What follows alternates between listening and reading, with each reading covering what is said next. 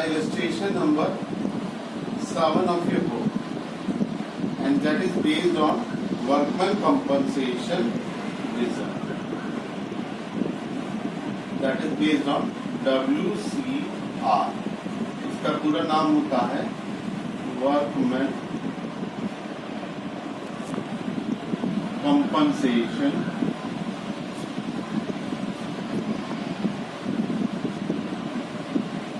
Reserve.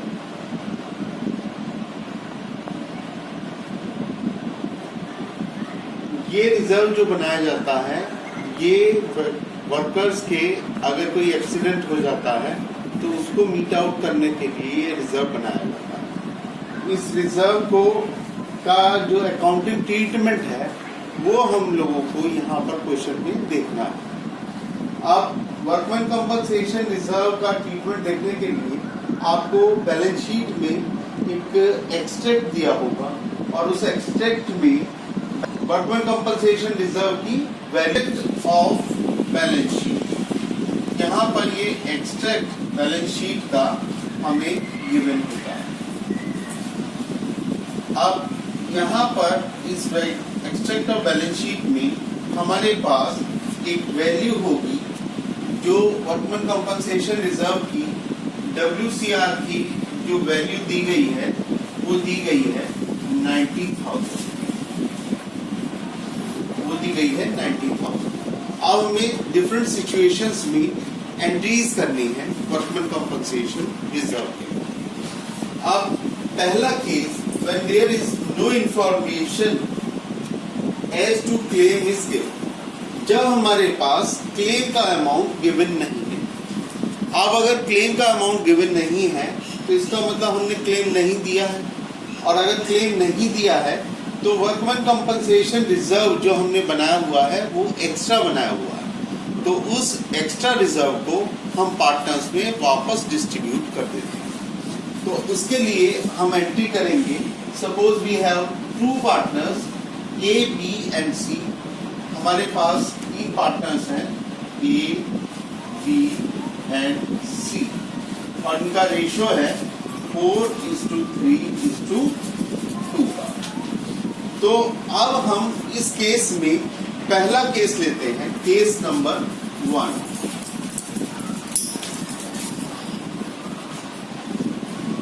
Case number 1, इसमें हम ये देखेंगे कि जो हमारे पास वर्कमैन कंपनसेशन में क्लेम के बारे में कोई इंफॉर्मेशन गिवन नहीं है, तो यहाँ पर हमारा WCR एक्स्ट्रा बना हुआ है। तो इस एक्स्ट्रा WCR को हम पार्टनर्स में उनके old profit sharing ratio which is 4, 3 and 2, उस रेशियो में हम बांट देंगे, है ना। तो ये रेशियो, ये वर्कमैन कंपनसेशन रिजर्व कब बनाया गया था? जब हमने change in profit sharing ratio नहीं किया था, तो ये उस टाइम का वर्कमैन कंपनसेशन रिजर्व बनाया गया था। तो इसको अब हम पार्टनर्स में डिस्ट्रीब्यूट कर लेंगे वापस। तो हम अब एक एंट्री करेंगे, WCR account debit to A's capital account to B's capital account और टू C's कैपिटल।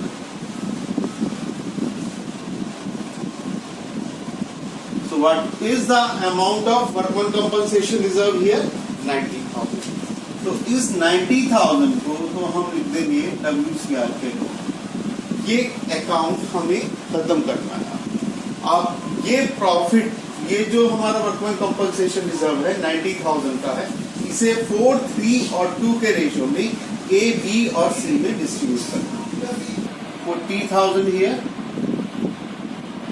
इसी तरीके से B का अमाउंट हो जाएगा 30,000 और C का अमाउंट हो जाएगा 20,000। कैसे निकला ये? 90,000 इंटू 3/9, 90,000 इंटू 2/9। अब भी फिर खेल रहा है।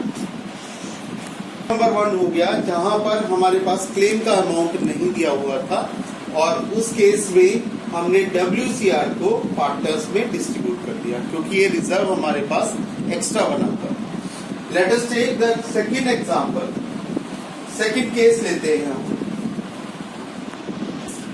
हमारा जब कोई क्लेम नहीं गिवन था और दूसरा केस लेते हैं हम जब कोई इंफॉर्मेशन ही गिवन ना हो। व्हेन नो इंफॉर्मेशन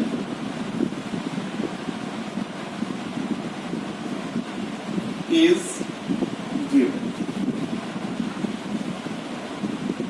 तो उस केस में भी हम यही ट्रीटमेंट करेंगे। WCR को तीनों पार्टनर्स में डिस्ट्रीब्यूट कर देंगे 4, 3 और 2 के ratio.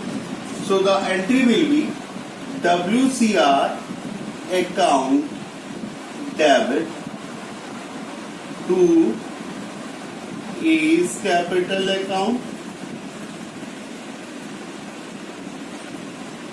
to B's capital account to C's capital account। So यहाँ पर जो अमाउंट था वो था 90,000 which is given in the balance sheet itself। अब इसको 90,000 को 4, 3 और 2 में हम डिस्ट्रीब्यूट कर देंगे just like the first case। 40,000, 30,000 and 20,000। So this is case number 2 for you। Now we move on to the case number 3। Claim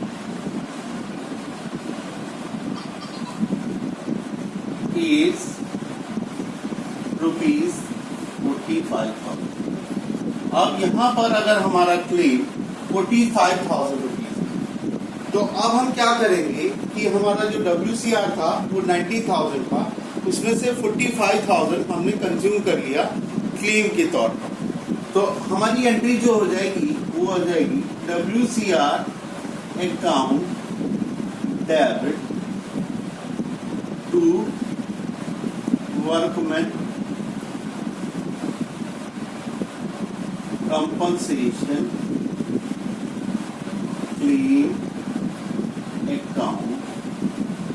अब हमारा WCR था 90,000, क्लेम था 45,000। अब रेस्ट अमाउंट कितना बचा 45,000। तो ये हमारा एक्स्ट्रा WCR बना हुआ है। तो इस WCR को हम पार्टनर्स में डिस्ट्रीब्यूट कर देंगे उनके रेस्पेक्टिव प्रॉफिट शेयरिंग रेशियो, जो कि हमारे 4 profit sharing ratio. A's capital account to B's capital account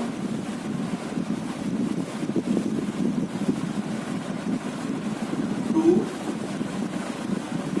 C's capital account। सो बच्चे यहाँ पर 45,000 को अगर हम डिस्ट्रीब्यूट करेंगे 4/9, सो वो आएगा 20,000 और यहाँ पर आएगा 15,000 और यहाँ पर आएगा। This way we will do the entries. इस तरीके से ये हमारी एंट्री हो जाएगी।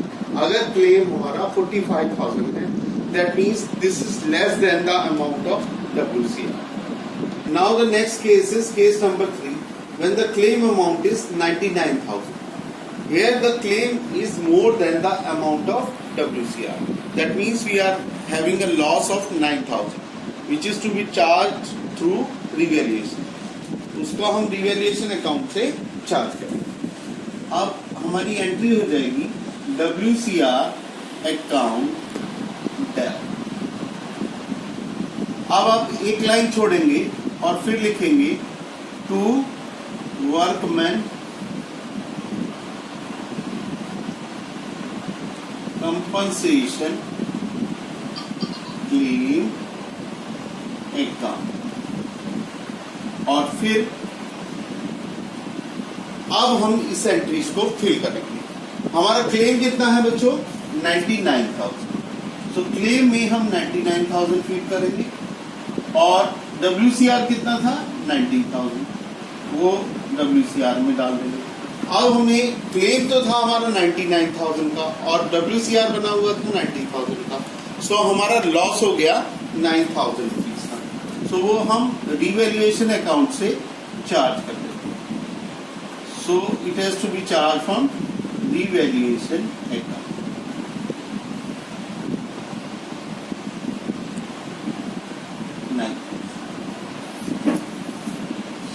अब एक एंट्री हमें इस रिवैल्यूएशन अकाउंट को क्लोज करने की करनी पड़ेगी। इस अकाउंट को, क्योंकि ये हमारा लॉस का अकाउंट है, इसको हम पार्टनर्स को डेबिट कर देंगे और रिवैल्यूएशन अकाउंट को क्रेडिट कर देंगे। So the entry will be as capital account debit,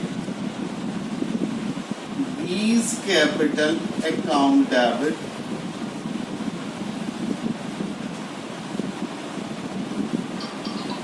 C's capital account debit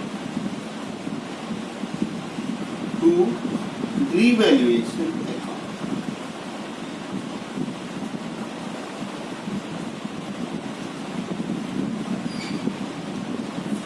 So the amount of revaluation is 9,000. अब इस 9,000 रुपीज के अमाउंट को हम 4/9, 3/9 और 2/9 जो हमारा ओल्ड प्रॉफिट शेयरिंग रेशियो है इसमें डिस्ट्रीब्यूट कर देंगे।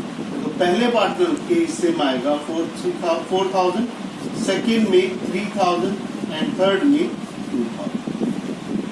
So this is the entry for this particular case when the claim amount is 99,000, when the claim amount is more than the amount of WCR। So this is case number 3 for you. Sorry, this was case number 4 for you.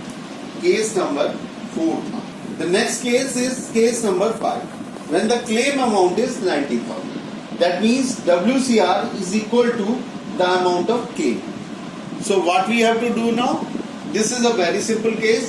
WCR will be debited by 90,000 and claim amount will be credited by 90,000. So both the things are equal. दोनों यहाँ पर बराबर हो जाएंगे and there is no other entry required. WCR account debit to workman compensation